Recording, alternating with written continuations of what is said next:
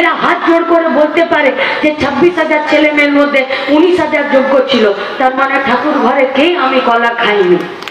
26,000-এর মধ্যে 19,000 যদি যোগ্য ছিল, তার মানে 7,000 সাদা খাতা জমা দিয়ে চাকরি পেয়েছে। ঘুরপথে স্বীকার করছে, ঘুরপথে স্বীকার করলো যে 7,000 বেকার ছেলে মেয়েদেরকে আমরা ঘুষের বিনিময়ে সাদা খাতা জমা দিয়ে চাকরি দিয়েছি। না, আমার বাড়িতে কেউ নেই মাস্টারমশাই দিদিমণি চাকরি করার, কিন্তু আমার বাড়িতে 5টা বাচ্চা আছে যারা সরকারি স্কুলে মিড ডে মিল খেয়ে ওই স্কুলে লেখাপড়ার উপরে ভরসা করে থাকে যে একদিন মাথা তুলে দাঁড়াবো।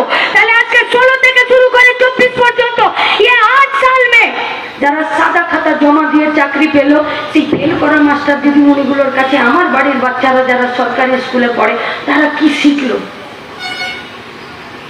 ভোট শুধুমাত্র মঞ্চে দাঁড়িয়ে বক্তৃতা করার জন্য নয়, ভোট শুধুমাত্র লাঠির জোরে, পুলিশের জোরে, মাফিয়াদের জোরে, বিডিওর জোরে ভোট লুট করে শুধুমাত্র চেয়ারে টিকে থাকা নয়।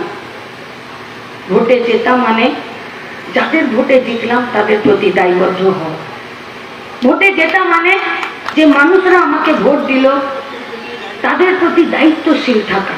ভোটে জেতা মানে আমার গলাটা, আমার ঘাড়টা, আমার মাথাটা সেই মানুষের কাছে মাথাটা নামিয়ে দিয়ে তার কাছে নমনীয় হওয়া যে আমি তোমাদের দায়িত্ব নিলাম।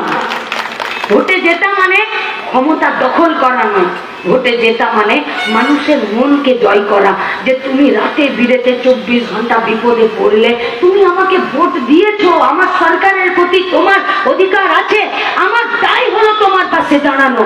ভোটে জেতা মানে গলার স্বর নামিয়ে মানুষের কাছে, জনতার কাছে মাথা নামিয়ে নিজের দায়িত্বকে স্বীকার করা। আর আজকে যারা পশ্চিমবঙ্গে ভোটে জিতেছে, আজকে যারা ফেল করা এমএলএ গুলো ভোটে জিতেছে, এই তো মমতা ব্যানার্জি আছে, দাঁড়িয়েছিল নন্দীগ্রামে, এ রাজ্যের মুখ্যমন্ত্রী মিথ্যে মিথ্যে মামলা করলো যে না আমি জিতেছিলাম।